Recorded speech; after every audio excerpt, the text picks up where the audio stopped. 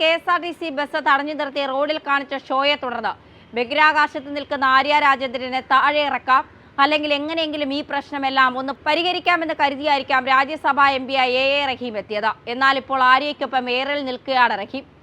MLA മാർക്കും MP മാർക്കും കേരളത്തിലെന്നല്ല എല്ലാ സംസ്ഥാനങ്ങളിലും സർക്കാർ ബസ്സുകളിൽ യാത്ര സൗജന്യമാണ്. KSRTC പോലുള്ള വാഹനങ്ങളിൽ MLA മാർക്കും MP മാർക്കും ഒന്നും ടിക്കറ്റ് വേണ്ട, ടിക്കറ്റ് എടുക്കേണ്ട കാര്യമില്ല എന്നാണ് പറയുന്നത്. എന്നാൽ മേയറുടെ ഭർത്താവ് സച്ചിൻ ടിക്കറ്റ് എടുക്കാനും വേണ്ടിയാണ് ഈ ബസ്സിൽ കയറിയതെന്നും AA റഹീം പറയുന്നു. ടിക്കറ്റ് എടുത്ത ശേഷം ഡിപ്പോയിലേക്ക് പോകാൻ പറഞ്ഞു എന്നൊക്കെ തള്ളിമറിക്കുന്നത് എന്തിനാണ്?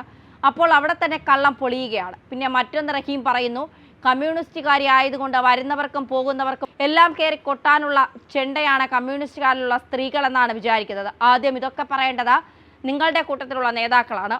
പാർട്ടിയിലുള്ള സ്ത്രീകൾ എല്ലാവർക്കും കയറിക്കൊട്ടാനുള്ള ചെണ്ടയല്ല എന്ന് നമുക്കറിയാം. നിങ്ങളുടെ നേതാവായ മറ്റുള്ളവർക്ക് ഇതുപോലുള്ള ഉപദേശമൊക്കെ കൊടുത്താൽ നന്നായിരിക്കും.